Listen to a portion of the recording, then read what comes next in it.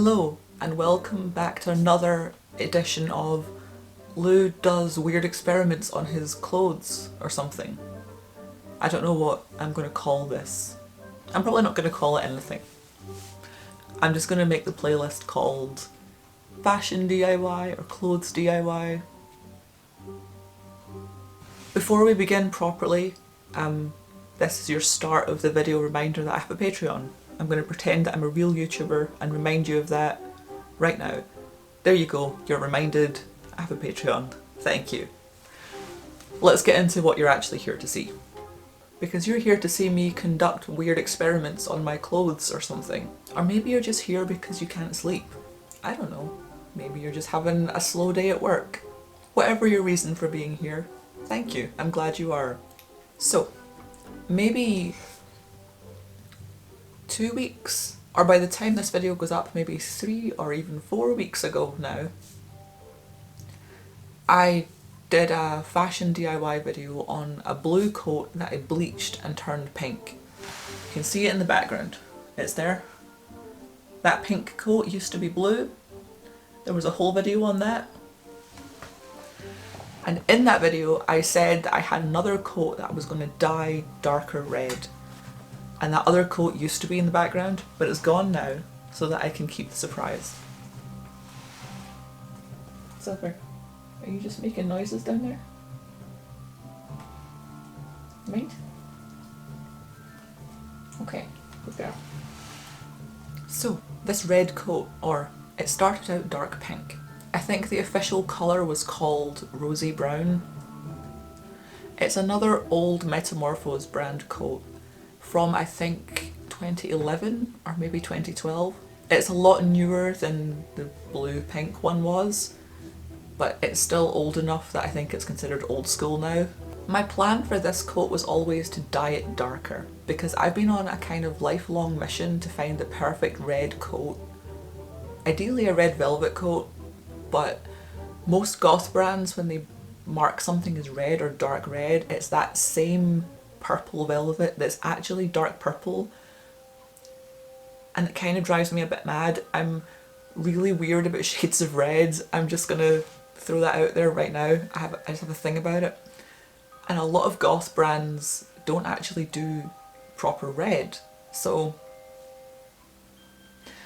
I knew this coat wasn't going to be red when I bought it. I knew it was a dark pink colour, or rosy brown, or whatever they called the colour. But I thought I could dye it. And I thought originally that I was going to have to use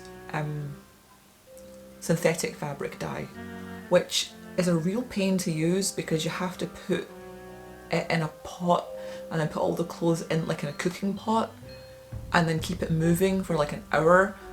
But that's how you dye plastic fabric.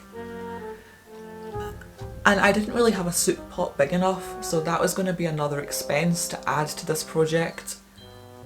But then that previous coat, it bleached really well, which told me that there was at least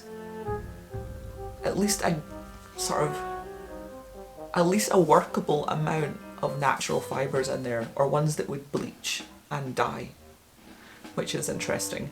So I tested it on this coat and I put a little bit of bleach inside the bottom hem just to see if it would bleach.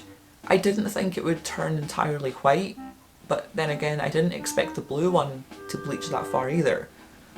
So I put bleach on the pink coat, left it for a little while, and it came up gold, which is fantastic. I did consider just bleaching it entirely because it's got that embroidery around the bottom, and I wasn't sure if embroidery thread would be like the stitching and stay the colour it is, or if it was a natural fibre that would dye and bleach. But I briefly thought I could bleach that coat and maybe the embroidery would stay pink and I'd have like a sort of gold coloured coat with red embroidery. But I have ivory coats. I have so many like ivory and cream coloured coats. I really didn't need that. What I wanted was red, so. Now that I knew this fabric could be worked with, I went out and bought a dye that's for cotton fabric. I just used Dylon. It's machine dye, It comes in an egg. You don't even need to buy separate salt anymore. You used to have to buy a little packet of dye and then salt to go in the machine with it. Not anymore. You just put the egg in the machine with the thing you want to dye and leave it on. Then all I had to do was wait.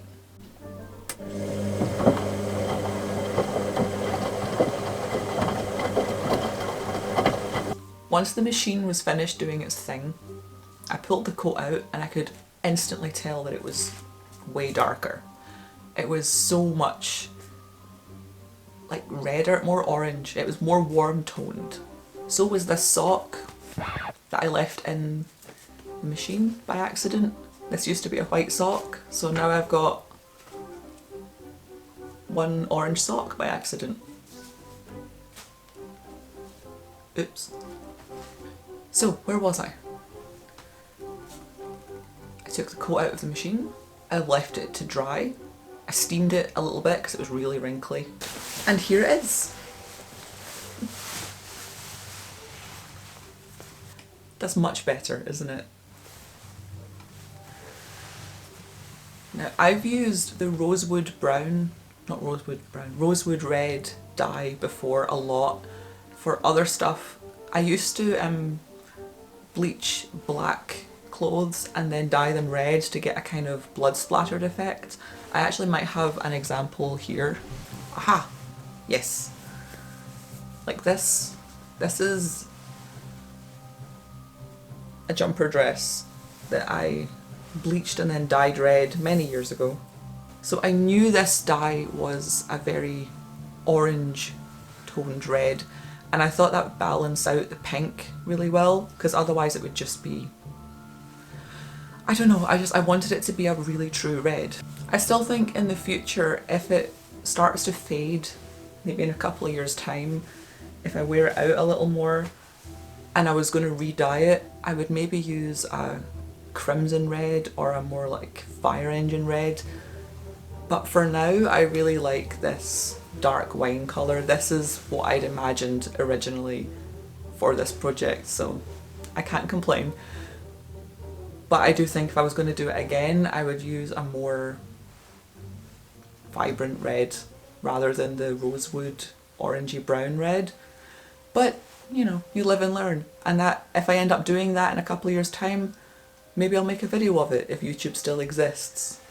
In my last video, I mentioned the conflicting opinions some subcultures have around altering clothing or making stuff yourself and why that is. And a lot of you commented saying that, and particularly in like Japanese fashion communities and ones that aren't heavily based around alterations and stuff, people's opinions have actually changed a lot recently.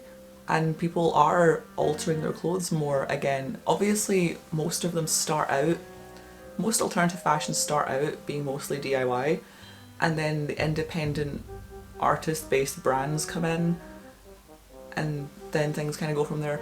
But that's just good to hear. Like, I must admit, I'm not that active in a lot of communities, apart from, you know, going to events and talking to my friends and stuff.